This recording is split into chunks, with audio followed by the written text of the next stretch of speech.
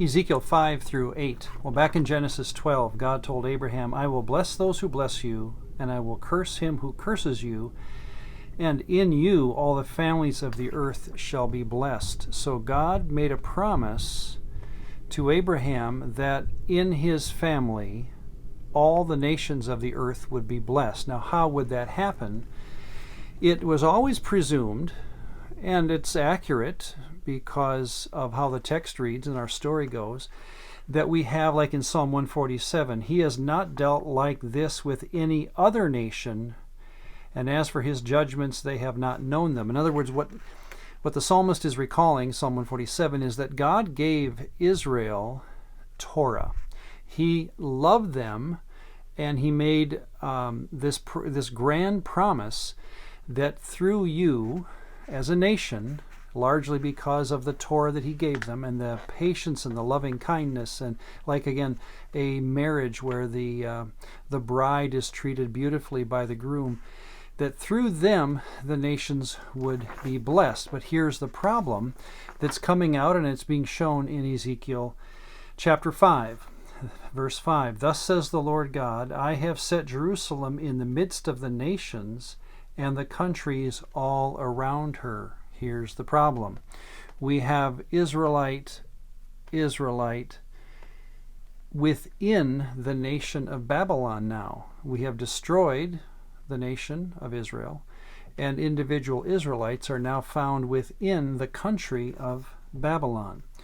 Continuing reading in chapter 5 of Ezekiel, she has rebelled against my judgments by doing wickedness more than the nations, and against my statutes more than the countries that are all around her. For they have refused my judgments, they have not walked in my statutes. Therefore, says the Lord God, indeed, even I, am against you, and will execute judgments in your midst in the sight of the nations.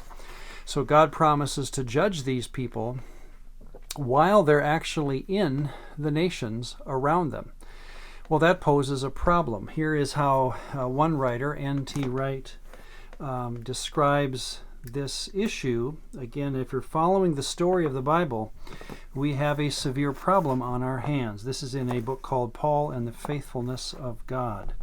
The Creator God has said that he will save the world through Israel. This is a promise that God has made back in Genesis 12 and elsewhere, that he will save the world through Israel.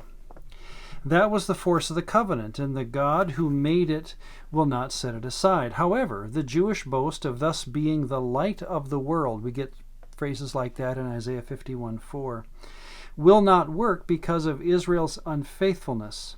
The Creator faces a double problem: how to save anyone at all, let alone, as promised, people of all sorts, and how to save them through Israel.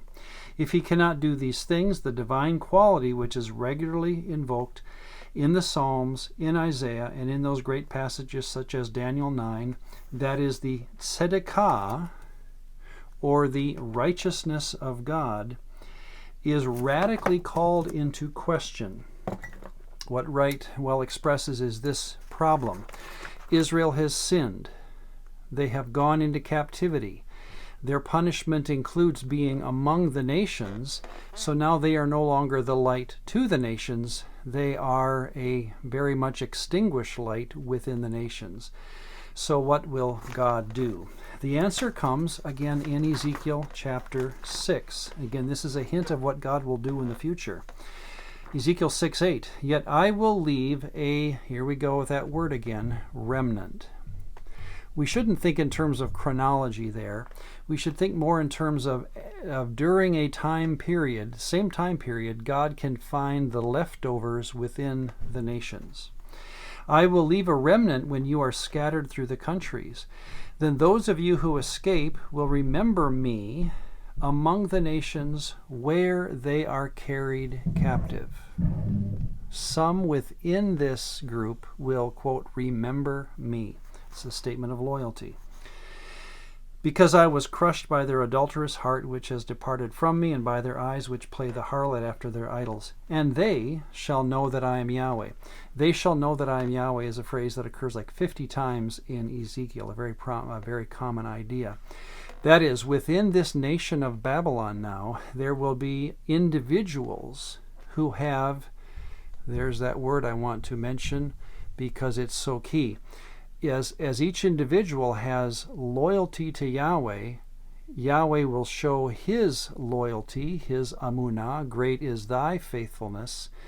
And there is that play between a person who is giving loyalty to Yahweh and, as a covenant would be, Yahweh giving his covenant loyalty back to that individual. That is the great promise now coming out of a situation that has developed in Babylon. By the way, this will be repeated in a great verse, just a single statement in Galatians chapter 3, verse 9. Can't wait to get to the New Testament where we play this out not just in Babylon, but among all the nations that Paul is going to. How is God finding people within the nations, Ephesus, Rome, and so forth, that he can be faithful to, he can show his righteous promise to? Listen to just the phrase out of Galatians 3:9.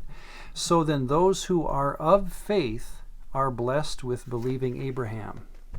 Those who are of, or itemized by, and now we're going to be using a New Testament term, but it's the same idea. Those who are of faith are blessed, here we go, with believing Abraham.